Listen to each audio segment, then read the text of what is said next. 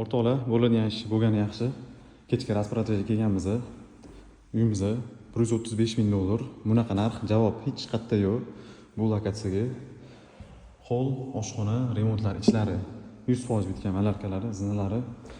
Sergeli Xonobod, Beruniy mahalla bo'lganda ham elitniy ko'chasidan Beruniyni, chunki Beruniyda ko'chalar ko'p. Ko'chalarni ko'rsataman. Metroga 500 metr, bu yoq sanuzil bo'ladi. Podvolni ko'rsataman. Podvol qismi shu turishda sotiladi. Kotel qo'yasizlar, radiator qo'yasizlar, ustidan qo'ysanglar bo'ldi. Ular hisoblab chiqishdi.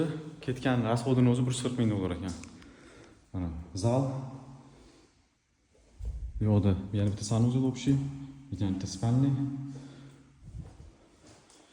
Bu yoqda mana ikkita spalniy, bitta xonamiz master spalniy, ichida garderob sanuzillari bilan birga va yana bitta katta spalniy xona.